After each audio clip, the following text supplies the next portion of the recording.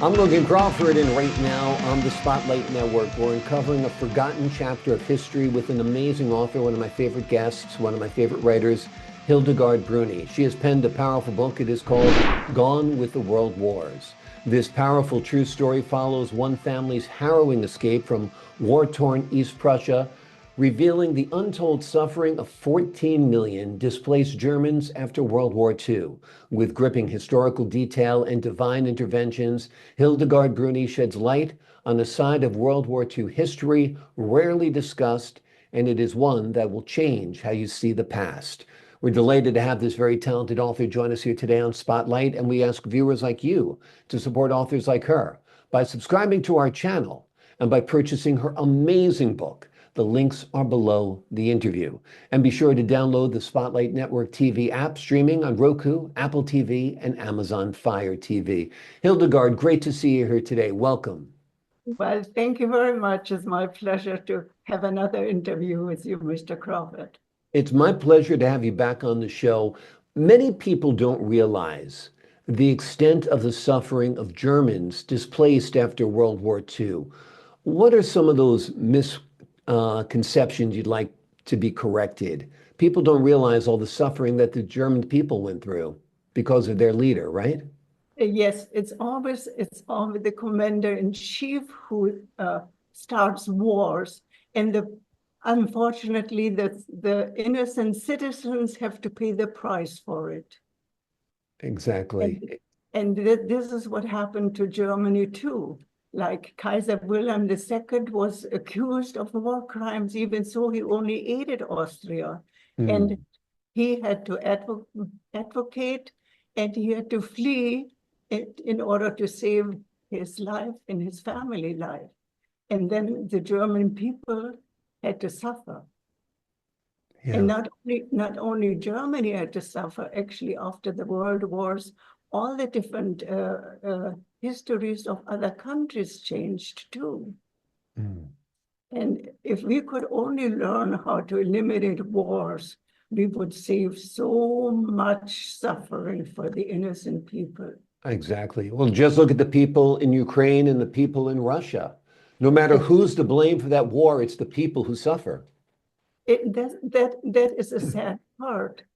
And you know, the unfortunate thing is that man doesn't learn from history. They always think they are more intelligent. They can accomplish the goal by having a war. Yeah. But it only creates other problems and problems for the innocent citizens. Absolutely. Which is very sad.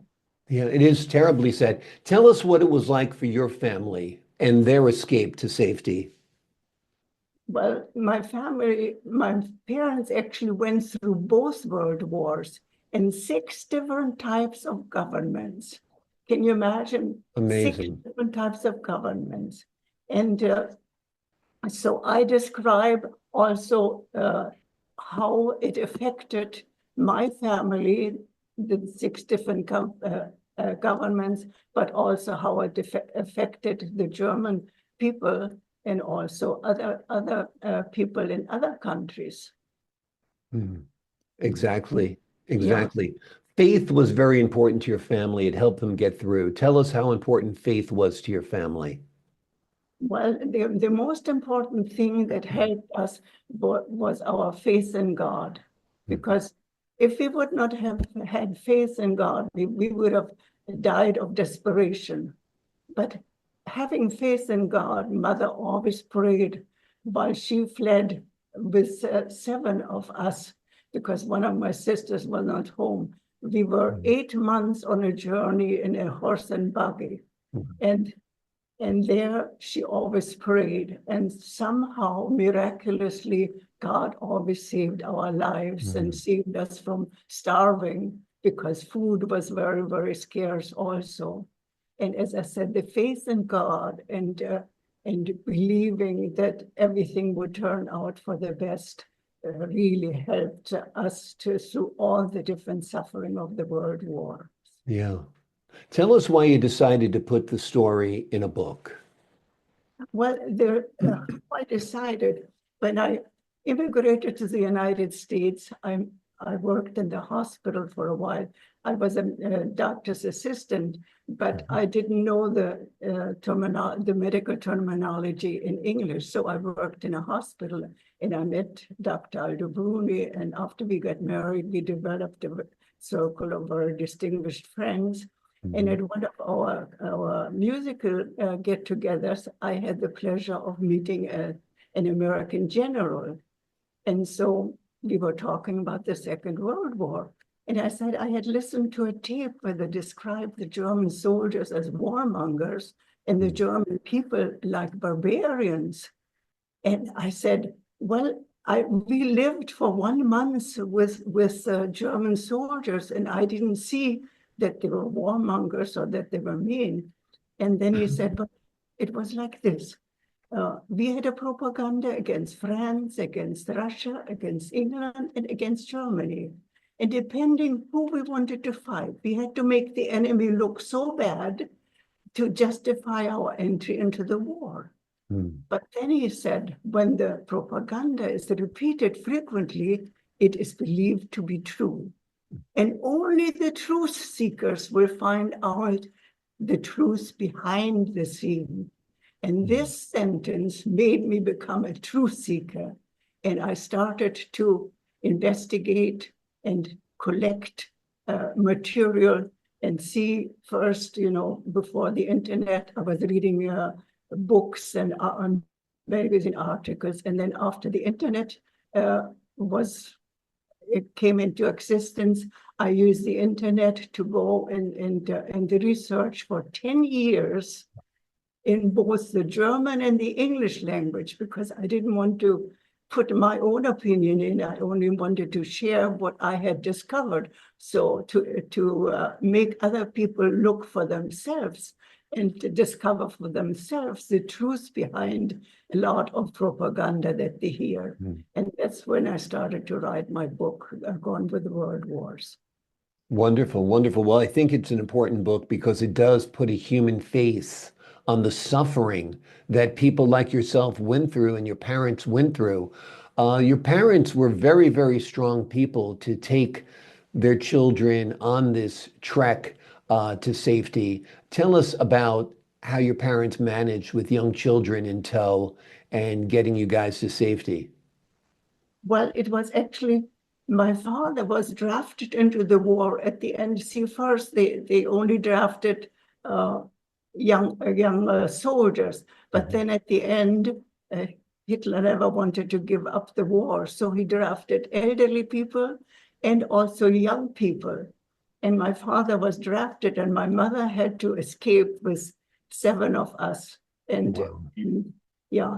And as I said, if she would not have had faith in God, we would have never, ever made it. Yeah. But we were always grateful to be alive yet. Every day when we were alive, we were grateful that we were alive. And somehow God always sent us somebody who gave us some food to also nourish our bodies and to survive all the 8 months long trip. Amazing, amazing. Were you eventually reunited with your father? Well, my father, unfortunately, he went back to East Prussia thinking we were still there.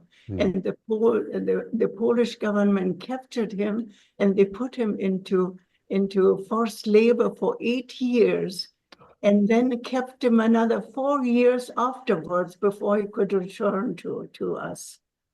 Amazing, amazing. So he was gone for 12 years. Yes. Because he was a part of an army that he wanted nothing to do with, but he was pulled in by the government, right? Exactly. Yeah, yeah. And they really mistreated him badly also. Yeah, unbelievable. But it's a wonderful thing. He had such a joy or a zest for life, and that's what actually kept him alive too. And he had also faith in God, and that kept him alive, because otherwise he would have also succumbed and passed away during that treatment in the prison in Poland. Where did your mother finally find safety for you and your siblings? Well, after the World War was over, she still remained where we were in Sofino, but then we immigrated to another part in Germany because at the farm there was no future for the children. But the Red Cross would find us and connect us with my father, so that when he would return, he would find his family still there. Amazing, amazing. What's the lesson you hope readers take away from the book? Well, the greatest lesson is to be grateful for life itself. And for a grateful person always sees the good in everything, even in very dark circumstances. And actually, the screenplay writer expressed it very beautifully.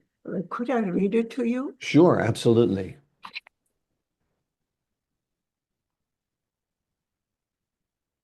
Here she said in my own voice, I look back at my life as gratitude towards God first. Jesus saved me by grace while still a child. He led my family and me victoriously through both world wars. God helped us getting through dangers, famine, hardship, grief, disappointments, and sickness, while we trusted and obeyed his will. I marvel at how many times he tore us from the claws of death itself during the war and saved our lives. When emotional darkness surrounds us, God brought light and joy into our lives, often in miraculous ways. Life is like a blank canvas. The final work of art depends on whether we engage a divine or secular artist. God will use all our disappointments and sufferings as shadows, and the joys and happiness as the painting's highlights. I trusted God with my life. He added his graceful strokes to give beauty and radiance to the finished masterpiece, delighting and bringing joy to people. And the screenplay writer, Juno Guadaio, expresses the purpose of my life very, very fittingly.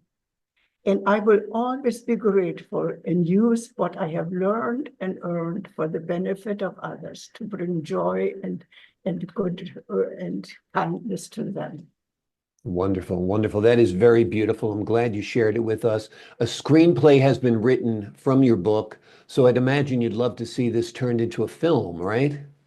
Yes, well, she let me be part of the screenplay writing. Wonderful. So we did it together, and I wanted to make sure, that some points were included, like the historical important factors. There were actually 5 that had to be included in the screenplay, and so she did a good job in doing all that. Wonderful. And you did a good job in helping her and a good job in writing this wonderful book. The name of the book is Gone with the World Wars. It is a powerful true story that follows one family's harrowing escape from war-torn East Prussia, revealing the untold suffering of 14 million displaced Germans after World War II. With gripping historical detail and divine interventions, Hildegard Bruni sheds light on a side of World War II history that is rarely discussed, and one that will change the way you see the past. Hildegard, thank you so much for joining me here today on Spotlight.